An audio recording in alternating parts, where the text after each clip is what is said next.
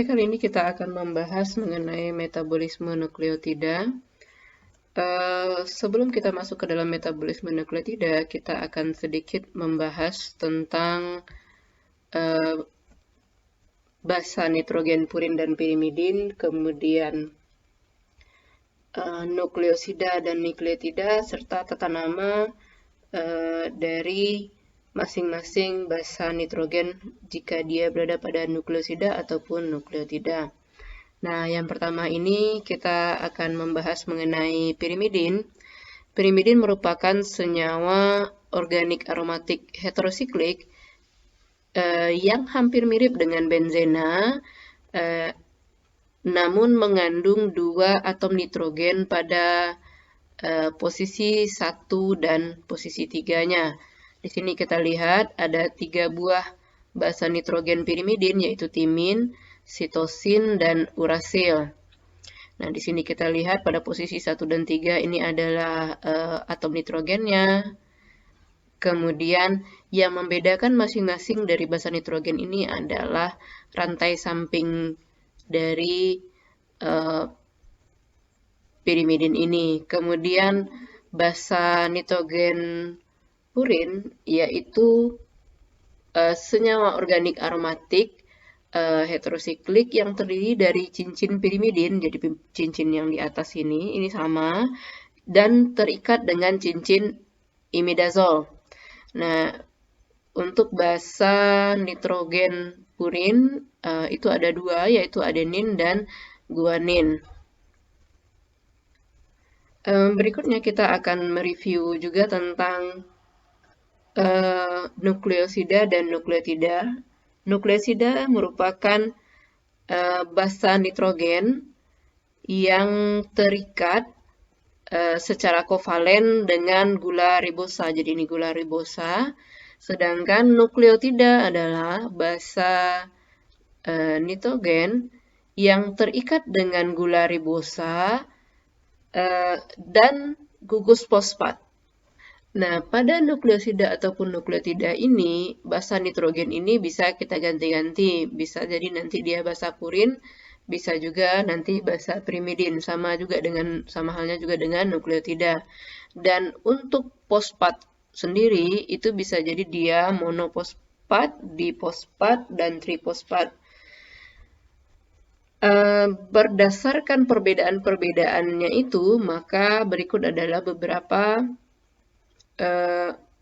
senyawa nukleotida monofosfat. Nah, di sini kita lihat bahwa purin dengan basa nukleotida adenin, ketika dia bergabung dengan ribosa, maka namanya disebut dengan adenosin. Dan ketika dia bergabung dengan dioksiribosa, maka dia dinamakan dengan deoksiadenosin. Sedangkan untuk nukleotidanya itu adenosin itu dengan ada penambahan 1 gugus fosfat kita sebut dengan adenilat atau adenosin 5 monofosfat atau kita sebut juga AMP. Dan begitulah seterusnya. Jadi di sini adenin, guanin, sitosin, timin, dan urasil. Nah, pada kali ini kita akan membahas sintesis ataupun degradasi dari nukleotida AMP, GMP, CMP, TMP, DTMP, dan UMP. Oke, untuk sintesis nukleotida ada 2 jalur yang dapat dilakukan, yaitu yang pertama yaitu jalur de novo dan yang kedua adalah jalur salvage. Nah, jalur de novo ini merupakan sintesis nukleotida yang dimulai dari metabolik prekursornya, yaitu asam-asam amino, ribosa 5 fosfat, CO2, dan amonia. Sedangkan pada jalur salvage, sintesis nukleotida ini dibuat dari basa bebas dan nukleosida yang dihasilkan dari pemecahan asam nukleatnya. Nah, sebelum kita masuk ke dalam jalur de novo, kita membahas dulu satu senyawa penting, baik untuk tahap de novo maupun tahap pada jalur salvage, yaitu PRPP. Nah, PRPP ini sebetulnya merupakan senyawa ribosalimofosfat yang kita konversi dari jalur glikolisis. Nah, senyawa ini akan diaktifasi oleh ATP sehingga membentuk PRPP. Nah, PRPP ini merupakan suatu senyawa penting yang dibutuhkan untuk jalur baik itu de novo maupun jalur salvage. Nah, tabel berikut adalah tabel senyawa nukleotida monofosfat seperti yang kita jelaskan sebelumnya. Jadi nanti kita akan menjelaskan pembuatan AMP ini dan kemudian juga GMP.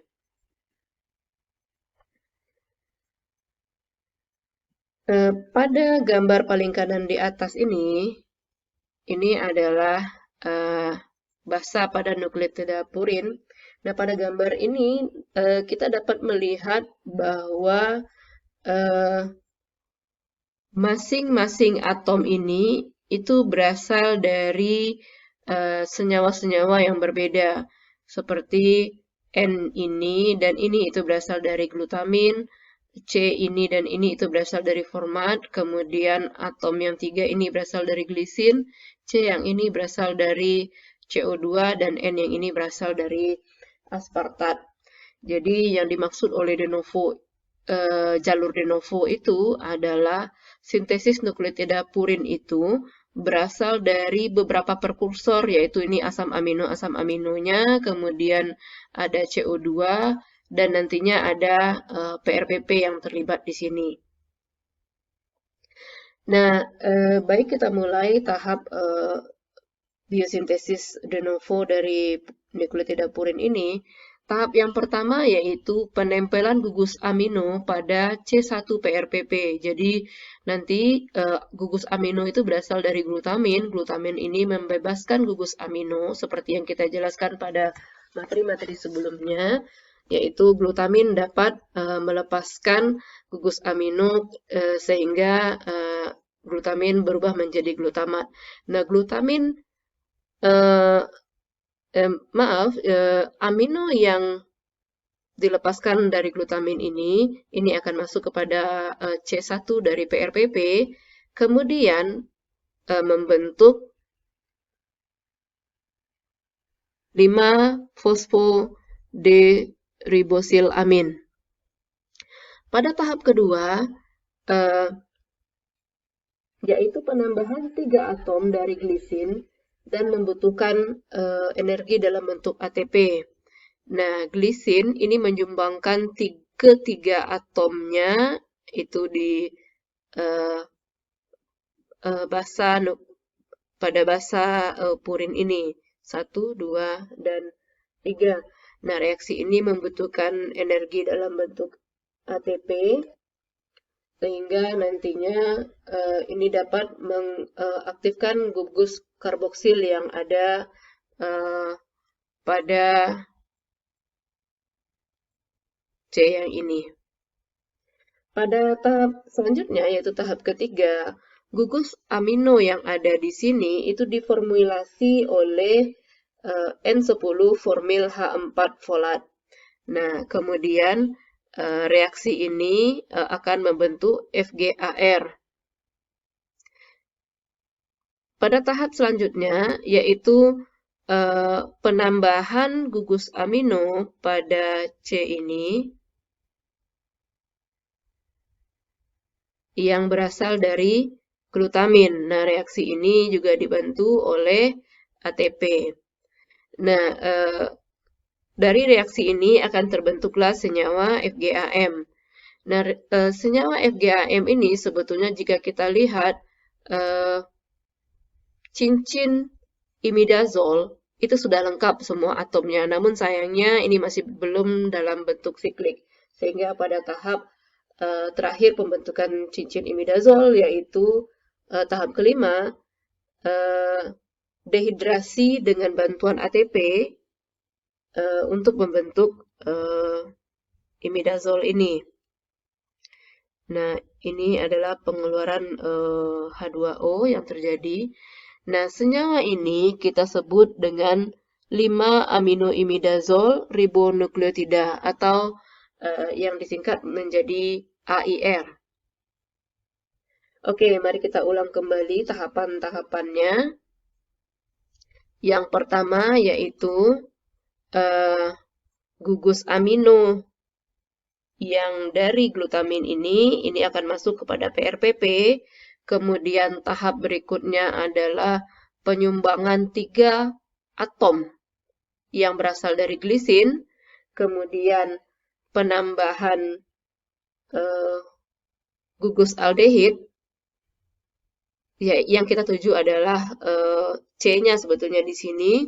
Kemudian tahap terakhirnya adalah nanti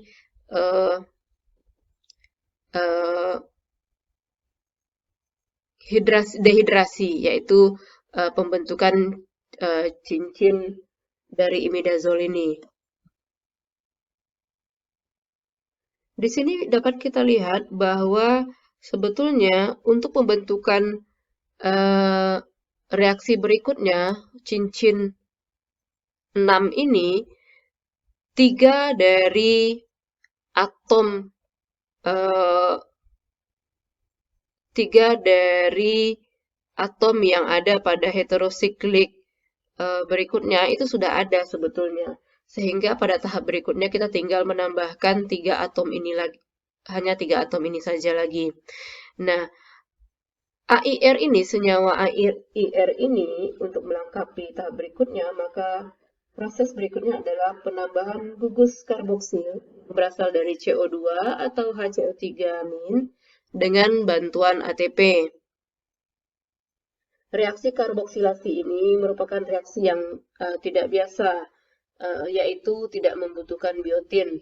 Namun di sini yang dibutuhkan adalah bikarbonat yang biasanya ada di dalam cairan tubuh. Pada tahap berikutnya,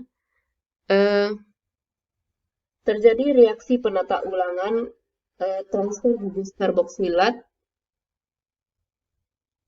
dan gugus amino ke posisi C5, yaitu gugus karboksilat yang ada di sini itu nanti akan ditata ulang pergi ke sini pada C5 ini. Nah, reaksi ini sebetulnya terjadi pada organisme. Maksudnya reaksi ini terjadi pada organisme seperti bakteri dan fungi. Namun pada eukariot tingkat tinggi seperti kita manusia, tahapnya sebetulnya hanya satu tahap saja, yaitu senyawa AIR ini akan bereaksi dengan CO2 membentuk CAIR. Jadi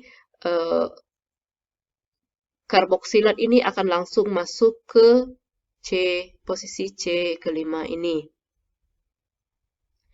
Kemudian pada tahap selanjutnya, yaitu aspartat mendonasikan gugus aminonya dalam 2 tahap. Jadi aspartat ini akan mendonasikan gugus aminonya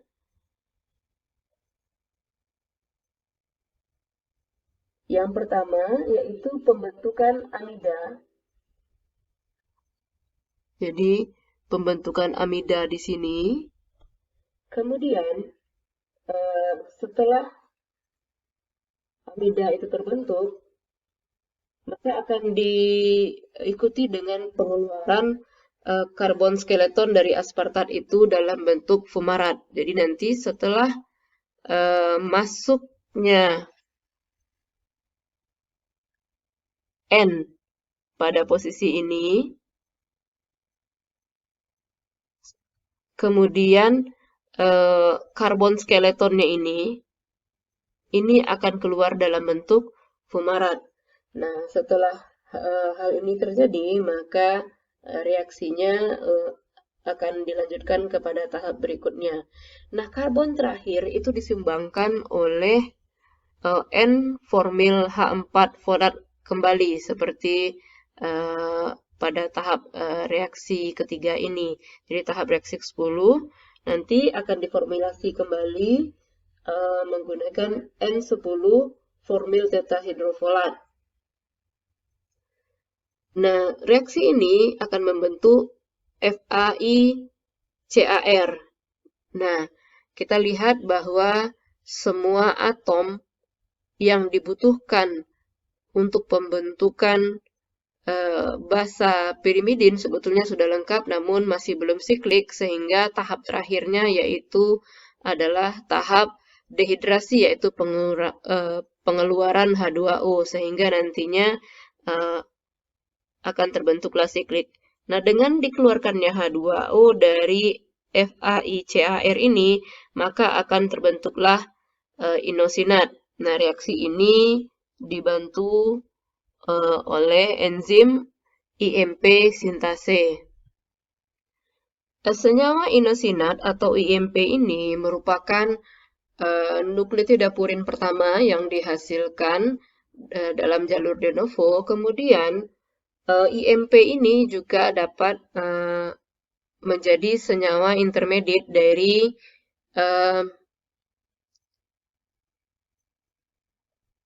mononukleotida yang lain. Nah, inversi senyawa intermediate IMP ini menjadi adenilat AMP itu membutuhkan masuknya gugus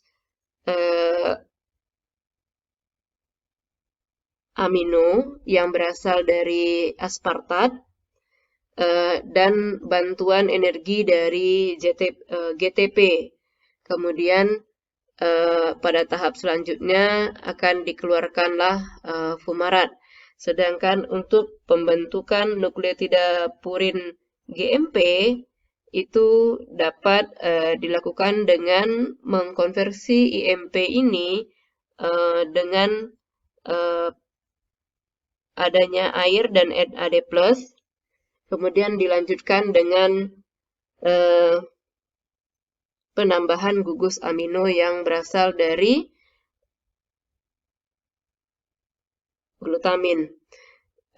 Proses penambahan gugus amino dari glutamin ini dilakukan dengan bantuan ATP untuk membentuk GMP. Nah, di sini bisa kita lihat bahwa AMP ini dapat dibuat menjadi ADP dengan penambahan fosfat inorganik, satu buah fosfat inorganik, kemudian ADP ini dengan penambahan satu buah fosfat inorganik kembali akan membentuk ATP. Sama halnya dengan AMP, GMP juga dapat dikonversi menjadi GDP dan GTP dengan penambahan fosfat inorganik. Nah, untuk mempermudah biasanya saya itu mengingat AMP ini itu yaitu penambahan IMP ditambah dengan aspartat yaitu A berarti menjadi AMP. Kemudian IMP ketika ditambah dengan glutamin atau G menjadi GMP. Walaupun sebetulnya AMP itu A pada AMP itu bukan berarti aspartat, tapi singkatan dari adenilat, tapi ini hanya sebagai cara termudah untuk menghafal saja. Oke, kita tahu bahwa perbedaan asam nukleat pada DNA dan RNA adalah salah satunya adalah dari gula ribosanya, di mana RNA ini menggunakan gula ribosa, sedangkan DNA menggunakan gula deoksiribosa. Nah, berikut ini adalah salah satu contoh reaksi reduksi ribonukleosida menjadi deoksi ribonukleosida. Nah, pada reaksi reduksi ini melibatkan NADPH dan FAD dan beberapa enzim seperti thioreduktase, kemudian ribonukleotida reduktase. Nah, intinya reaksi ini adalah mengeluarkan atom oksigen yang ada pada posisi C2 ini, sehingga nantinya di sini akan tereduksi menjadi atom hidrogen. Nah, reaksi ini mengeluarkan air sebagai produk sampingnya. Berikut adalah nukleotida monofosfat pirimidin seperti yang telah kita jelaskan sebelumnya. Jadi kita nanti untuk sintesis de novo-nya kita akan memfokuskan kepada sintesis CMP, TMP, dan UMP.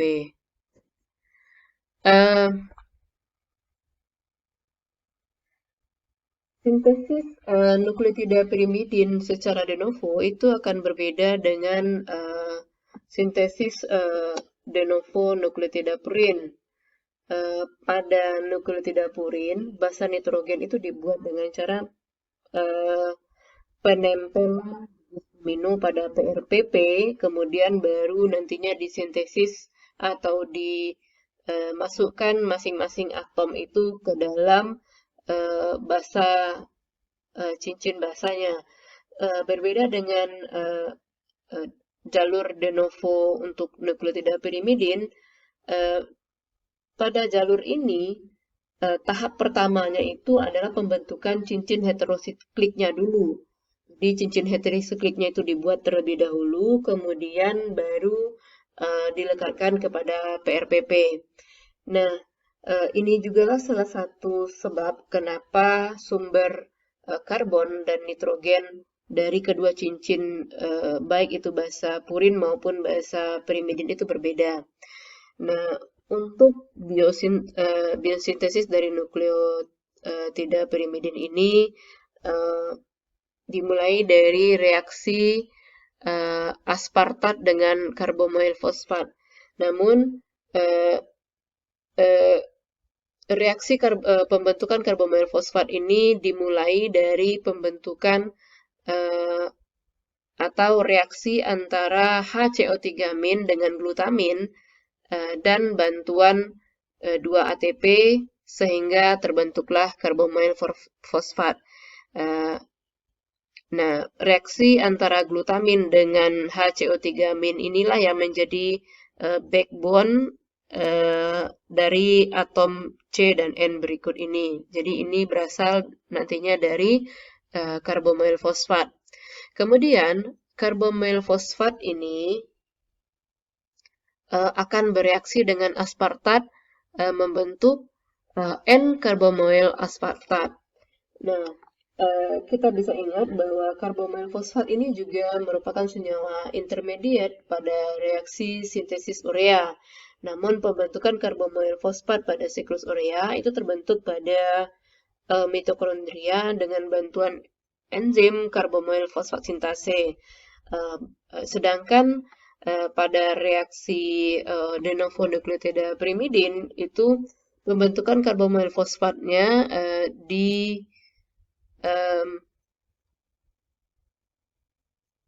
dilakukan itu di dalam sitosol yang dibantu oleh enzim CSP2 sintase. Nah, kemudian kita lihat di sini bahwa dengan bergabungnya aspartat dengan karbomail fosfat membentuk N-karbomail aspartat, itu semua atom yang dibutuhkan untuk pembentukan nukleotida pirimidin itu sudah lengkap. Sehingga untuk tahap selanjutnya yaitu pembentukan siklik dari senyawa ini, yaitu dengan cara dehidrasi atau pengeluaran H2O membentuk senyawa siklik L-dihidroorat.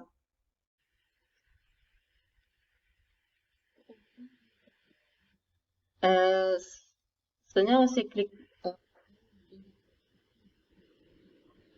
oksidasi dengan bantuan NAD+ dan enzim dihidrogenase membentuk orat. Nah, tepat pada saat orat ini terbentuk, maka akan menempellah senyawa PRPP pada senyawa orat sehingga membentuk senyawa oratidilat.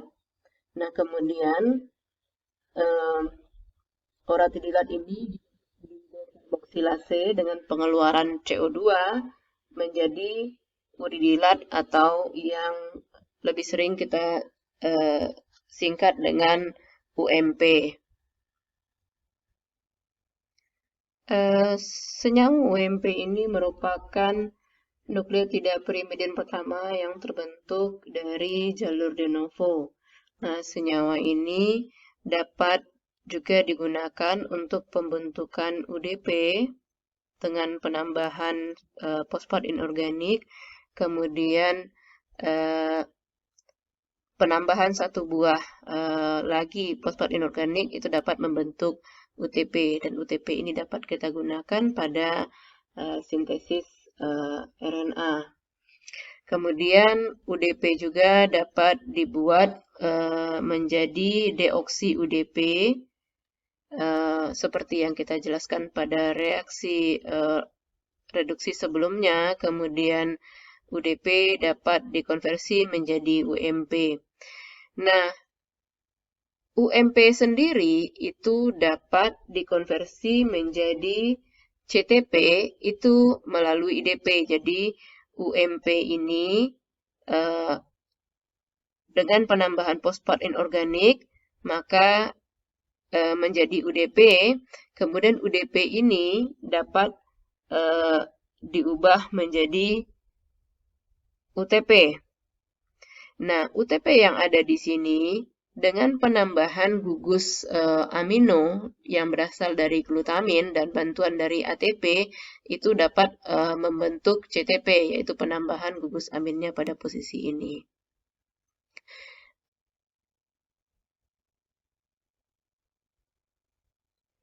Kita tahu bahwa DNA berisi timin bukan urasil, sehingga pada saat sintesis de novo timin itu hanya melibatkan deoksiuridin 5 monofosfat atau DUMP. Jadi yang digunakan untuk pembuatan DTMP ini itu adalah DUMP, bukanlah UMP-nya. Jadi yang sudah direduksi. Proses konversi dari DUMP menjadi TMP ini dikatalisis oleh enzim timidilat sintase menggunakan 5,10 metilen tetrahidrofolat sebagai sumber karbonnya. Kemudian 5,10 metilen tetrahidrofolat ini akan dikonversi menjadi 7,8 dihidrofolat. Nah, kemudian senyawa ini akan dikonversi kembali menjadi tetrahidrofolat dan kembali masuk menjadi 5,10 metilen tetrahidrofolat. Nah, tetrahidrofolat ini merupakan derivat dari folik asid yang berasal dari vitamin B9, sehingga ketersediaan vitamin B9 di dalam tubuh kita menjadi sangat penting untuk pembentukan atau berhasilnya reaksi konversi dari UMP menjadi TMP ini. Pada reaksi sebelumnya, kita sudah melihat pembentukan nukleotida IMP, di mana senyawa nukleotida IMP ini merupakan prekursor untuk pembuatan nukleotida lainnya seperti AMP, ADP, ATP, dan lain sebagainya. Nah, jika nukleotida ini tidak digunakan, itu akan dapat didegradasi. Jadi ketika sebagai contoh, ketika asam nukleat tidak digunakan oleh tubuh, maka asam nukleat ini dapat didegradasi atau dikonversi menjadi mononukleotida. Kemudian mononukleotida ini dapat dikonversi menjadi nukleosida dengan pengeluaran gugus fosfatnya. Dan kemudian nukleosida ini juga dapat dikonversi menjadi basa dan gula. Nah, basa yang terbentuk baik itu purin dan perimidin ini dapat melalui dua jalur, yaitu jalur degradasi, yaitu jalur katabolisme, dan jalur yang lain itu adalah jalur salvage, yaitu jalur pembentukan kembali mononukleotida ini dari eh, basanya. Jadi awalnya dari mononukleotida didegradasi kemudian menjadi basa, kemudian basa ini dapat dibentuk kembali menjadi mononukleotidanya melalui jalur salvage. Jadi yang membedakan antara de novo dengan salvage adalah de novo itu pembentukan basa-basanya itu dari prekursor-prekursornya seperti yang kita jelaskan sebelumnya, sedangkan jalur salvage ini pembentukan mononukleotida itu uh, berasal dari basa yang dihasilkan dari pemecahan atau konversi dari mononukleotida yang tidak terpakai pada reaksi-reaksi sebelumnya. Nah, mari kita lihat reaksi berikut. IMP itu dapat diubah menjadi AMP itu dapat diubah menjadi IMP itu dengan mengeluarkan gugus aminonya, kemudian IMP dapat dikonversi menjadi inosin. Nah, konversi IMP menjadi inosin ini dengan mengeluarkan amonia dan bantuan air, kemudian dengan mengeluarkan ribosa 1-fosfat, maka inosin ini akan dirubah menjadi hiposantin, yang kemudian hiposantin ini dapat dikonversi menjadi santin dengan bantuan oksigen dan santin oksidase. Nah, pada jalur lain, GMP juga dapat dikonversi menjadi guanosin, kemudian guanosin dengan mengeluarkan ribosa 1-fosfatnya akan dapat membentuk guanin. Nah, guanin ini dengan mengeluarkan gugus amoniaknya, maka akan dapat membentuk santin juga. Nah, senyawa santin ini dengan bantuan enzim santin oksidase dan oksigen dan air dapat membentuk asam urat. Nah, proses degradasi ini sebetulnya nanti akan kita jelaskan juga pada katabolisme dari basa purin. Nah, dari jalur ini dapat kita lihat bahwa katabolisme dari nukleotida purin ini akan menghasilkan asam urat. Nah, untuk menghindari banyaknya terbentuk asam urat di dalam darah, maka keberadaan jalur reaksi salvage nukleotida purin ini diperlukan, di mana santin yang terbentuk dari reaksi degradasi ini dengan adanya PRPP nanti dapat kembali membentuk IMP yang pada jalur lain, guanin pada jalur ini itu dengan bantuan PRPP itu dapat kembali membentuk GNP, di mana IMP yang dari pembentukan hiposantin ini itu dapat dikonversi menjadi GMP juga dan AMP, dan mononukleotida IMP, AMP, dan GMP ini dapat kembali digunakan oleh tubuh. Nah, perlu kita catat bahwa di dalam reaksi nukleotida purin salvage ini itu membutuhkan PRPP dan keberadaan jalur ini sebetulnya tujuannya untuk mengurangi degradasi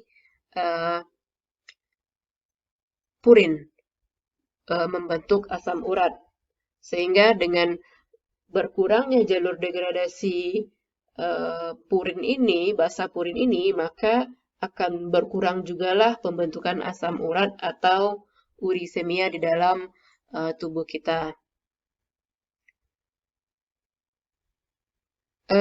Seperti yang kita jelaskan sebelumnya bahwa basa purin dan pirimidin itu dapat masuk ke dalam jalur salvage. Nah, di sini dapat kita lihat bahwa DNA yang nukleotida basanya berupa sitosin dan timin itu juga dapat masuk ke dalam jalur salvage ini, di mana basa sitosin ini dapat mengalami reaksi deaminasi membentuk urasil. Kemudian urasil ini dengan penambahan gula ribosa 1-fosfat dan bantuan enzim uridin fosforilase itu dapat membentuk uridin, kemudian uridin dapat dikonversi menjadi UMP dengan bantuan enzim nukleosida kinase. Sedangkan basa timin itu dengan penambahan gula deoksiribosa 1-fosfat dan bantuan enzim timinidin fosforilase itu dapat membentuk timidin, kemudian timidin ini dapat dikonversi menjadi DTMP dengan bantuan enzim nukleosida kinase. Nah, pertanyaannya sekarang, kenapa sih kita harus melalui reaksi de novo? Padahal reaksi de novo itu sangat panjang. Kenapa tidak reaksi salvage saja yang kita lakukan untuk proses pembentukan nukleotida pirimidin ini? Nah, jawabannya adalah ternyata reaksi-reaksi yang terlibat pada maksudnya enzim-enzim yang terlibat pada reaksi salvage nukleotida pirimidin ini jumlahnya itu terbatas di dalam tubuh, sehingga tidak memungkinkan untuk kita untuk membuat nukleotida pirimidin itu dalam jumlah yang banyak, sehingga satu-satunya jalur terbanyak yang dapat kita gunakan untuk pembentukan nukleotida pirimidin adalah jalur de novo, bukan jalur salvage. Dan catatan lainnya yang harus kita ingat bahwa di dalam pirimidin salvage ini digunakan ribosa 1-fosfat atau deoksiribosa 1-fosfat. Berbeda halnya dengan purin salvage pathway, itu pada purin salvage pathway itu gula yang dibutuhkan itu adalah PRPP, sedangkan pada pirimidin salvage itu yang dibutuhkan adalah gula ribosa 1-fosfat dan gula deoksi 1-fosfat. Berikut adalah katabolisme purin dan pirimidin. Tadi sudah kita jelaskan bahwa basa ini dapat mengalami reaksi salvage dan juga katabolisme. Nah, pada katabolisme purin sebetulnya sudah kita bahas tadi bahwa GMP itu nantinya akan dapat membentuk santin, kemudian AMP juga akan dapat membentuk santin. Ini sudah kita jelaskan sebelumnya. Nah, yang terpenting di sini adalah santin ini akan dikonversi menjadi asam urat itu dengan bantuan santin oksidase. Nah, santin oksidase ini aktivitasnya dapat dihambat oleh senyawa allopurinol.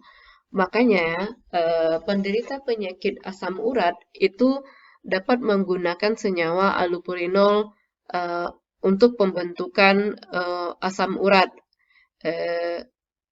Sebetulnya ketika kita sakit asam urat itu kita tidak menghilangkan sakit pada